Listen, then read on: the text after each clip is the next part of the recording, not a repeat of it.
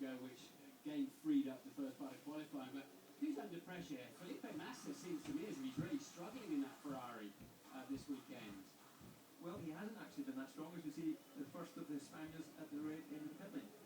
Qualifying one begins. It's a 20-minute session, and they can run as much as they want within the confines of the tyres that they have. So as of now, they're all in parc fermé conditions as they roll out onto the track. So